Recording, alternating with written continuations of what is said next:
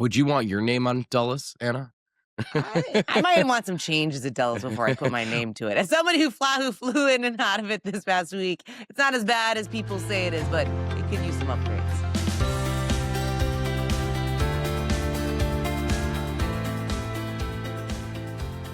Good morning, I'm Anna Palmer. And I'm Jake Sherman. And welcome to the Daily Punch, brought to you by Punchbowl News. It's Friday, February 6th, 2024. Let's get in the mix. Here are your Washington headlines of the day. Number one, we've got a leader look. What's next on DHS? Number two, the tally. What's happening in New Jersey and Virginia? And number three, what Paulina Luna told us on Flyout Day.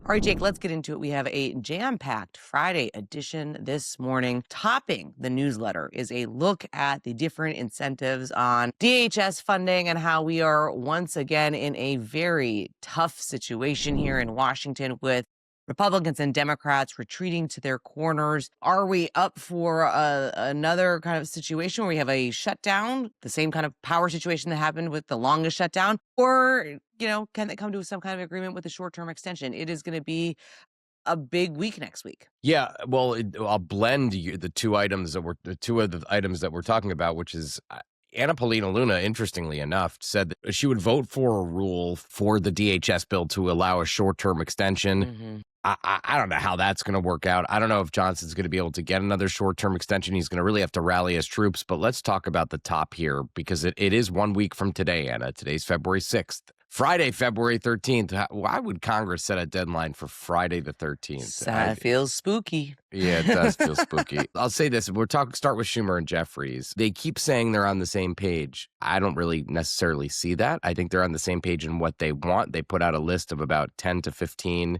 depending on how you calculate it, policies that they want in order to fund DHS in the long run. But by the way, Jeffries voted against Schumer's deal last week. So, I don't know how you could be on the same page if you are voting against the other guy's deal. The immediate issue is, do they provide votes for a short term? I don't see how they don't. I don't see how they let DHS shut down. I just don't see it. I think that it's a real big risk for them. There's TSA, there's FEMA, there's Coast Guard, there's all sorts of things in DHS beyond ICE. And could they do a CR for just TSA, FEMA, and the Coast Guard? And that would actually put the onus back on Republicans to vote for that? Sure. But then ICE has a lot of money from the Big Beautiful Bill Act, the reconciliation bill. So I don't know how they handle this. What do you say? What do you think? Can I say one thing here? Because I think it's interesting. You sure can. I think that Democrats have felt like they've had the messaging edge here, kind of coming out of Minnesota, that ICE was acting way too aggressive. There was a death of American citizens. But Democrats have they have to thread the needle here in a way that they can't overplay their hand. Right. I mean, Yeah, and I think that is right. if there is a DHS shutdown, if they don't find a way forward on this, then it becomes, the question is, Republicans all of a sudden are going to be able to say, like, listen, like they're putting at jeopardy FEMA. They're putting, all of these other, agencies that do really critical things for states across the country. And so that to me is going to be the real challenge for them. And to your point, I don't know if Republicans have the incentive to kind of take and say, okay, we'll do FEMA. Well, they haven't historically in this Congress tried to separate things out. They've wanted to keep things as much together as possible in order to create that momentum, in order to create the push for votes on this stuff. Yeah, that's right. There are a lot of people who wouldn't mind a full shutdown of DHS. Now, let's talk about Republicans. Can we move on to them for a second? Yeah, let's do it. John Thune and Mike Johnson agreed because Trump agreed. And this is all really about Trump, because the Democrats are basically betting that Johnson and Thune don't matter, right? That they are just accessories here to a president who will ultimately make his own decision, because John Thune started the week, whenever that was, last week, this week, I don't remember what week we're talking about, saying that he was not going to separate these bills and we should handle them together, and he was going to file cloture on them together. And Mike Johnson and John Thune made clear all throughout the process that it was Donald Trump who decided to cut a deal to separate out DHS. I don't know if I think that's a good or bad deal. I think it makes sense, right? Because you want to get your 5 bills through. There's a lot of priorities in those 5 bills, which include DOD and labor and HHS and transportation and HUD and all those things. And this is the concern for Johnson and Thune. I mean, Johnson and Thune have taken a very hard line against this proposal that Schumer and Jeffries put out to reform DHS and ICE. They've said it's, effectively said it's terrible, Senate and House Republicans. But the bet is from Schumer and Jeffries is that who knows what the president thinks, and maybe the president's open for a deal. I think that's a risky bet because I think a lot of these, I don't know what the deal space is here. I looked at that list and I said to myself, there is some low-hanging fruit, but not much, not much. Republicans feel like they've hardened, right, on a lot of this stuff. Like, they're united. When you talk about, you're saying, Schumer and Jeffries together, I feel like on a lot of these issues, I mean, the Republicans are standing, they're very clearly about what they're willing to do and what they aren't willing to do. Yeah, that's right. It's not a difficult thing for them to harden around, right? Or for them to coalesce around, because this is interior enforcement, this is immigration, this is kind of something that they've been focused on for a long time. Anyway, so that's where we are. Next week is going to be a mess once again. And remember, like, this is butting up against a congressional recess in which people are going to be going to the Munich Security Conference. People are going to be going on CODELs. People are going to want to go home for the President's Day recess. So high stakes week, Anna. It'd be interesting to see how that all plays out. I just want to note, because we had a terrific scoop in the PM edition, Jake, that President Donald Trump offered to unfreeze money for the Gateway Infrastructure Project if the one and only Chuck Schumer would support naming Washington Dulles International Airport and Penn Station after the president. Schumer said no, Trump can just do it on his own. Thousands of Gateway layoffs could start today. That was a pretty big scoop. Would you want your name on Dulles, Anna?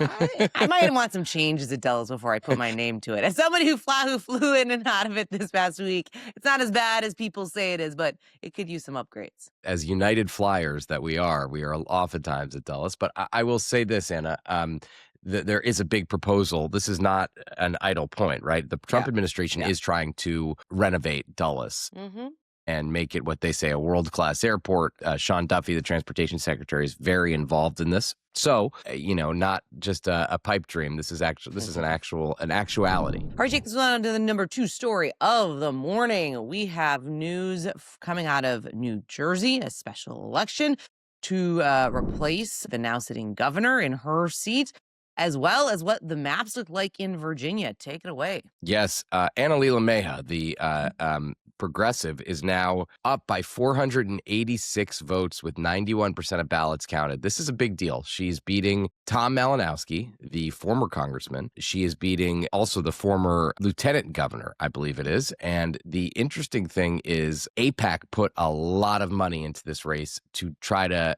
beat back Tom Malinowski. And we talked about this on the show, Jake. Remember? I mean, the idea that they were going to go in big and go in hard here. And this was a big moment for AIPAC. UDP, United Democracy Project, which is AIPAC's super PAC, they are ending up with a candidate who calls Israel's operations in Gaza a genocide, which is not where AIPAC is, that's for sure. So AIPAC ended up with a much worse candidate than Malinowski, who still supports, by the way, aid to Israel, would qualify it and would put restrictions on it. So the race is not called yet. It's too close to call. This is a big screw up by UDP. I'm sorry. I don't care how they spin this at the end of the day. This is a much worse outcome than Malinowski for AIPAC. All right. And we are also talking about Virginia, our very own Allie Mutnick, all over the dropping of the new map. They're unveiling a redistricting proposal last night that is interesting because they've been kind of going back and forth. The first map was rejected. This map creates 8 reliably Democratic districts, 1 safe Republican seat, and 2 competitive districts. If it's able to move forward, this would be a big shift for the Virginia delegation. Right now, it is split 6 Democrats and 5 Republicans, Jake. Let me say this. Allie has owned every inch of this redistricting story in every state. And in Virginia, a state that is in our region, it's absolutely stunning to see her own even beat the local competition and the national competition. This map is 10-1. It creates a competitive district in Virginia Beach. Elaine Luria, the former congresswoman, will run against Jen Kiggins. There's another purple seat in the central part of the state going from Harrisonburg to Charlottesville. Tom Perriello, former congressman, is going to run there. Dan Helmer, who was is a Virginia state delegate who basically drew this map. Critics might say they drew this map to give him a seat. This is the 7th district, which goes from Fairfax around Charlottesville. And the 5th district is a Harris plus H seat, which stretches from the Richmond suburbs westward. And the lone Republican seat spans the western portion of the state. That's going to be a seat that Republicans are going to hold. There's just a lot of changes. James Walkinshaw's district goes from Fairfax to the Shenandoah Valley. Don Byer's seat goes from Alexandria to Yorktown. Rob Whitman was drawn into that district, a seat that they're trying to push him out of. Again, this has to pass. This has to go to the public, and in April, yeah. It's going to be very interesting to see because Virginia ain't California. So it's going to be an interesting thing to see. All right, let's go to the number 3 story of the morning. We had Paulina Luna, the Republican congresswoman from Florida, on flyout day. Yesterday, we covered a ton of ground here. She has clearly made herself a very relevant player on a slew of different issues. And, I was struck, Jake, we'll talk about all the things she talked about, but just kind of how she threads the needle of kind of making issues that she cares about become big issues that the Republican conference has to deal with, and willing to pull back if it feels like it's going too far, but has really made things like the stock ban trading, when it comes to a push to allow remote voting for new mothers in Congress, things that, maybe aren't typical Republican issues. She's obviously front and center when it comes to the Save America Act, which is a voter ID and would require birth certificates for folks to vote, making that a huge, huge issue. Yeah, a citizenship test for voting. She has taken a lot of these issues, which she describes as 80-20 issues. I'm not sure all of them are 80-20 issues. I think it might be a stretch on some of them, but she has an interesting political profile, Anna. I mean, we talked with her, and we didn't include this in the newsletter, but it's obviously in the full episode. We talked with her about she wants to cap student loan interest.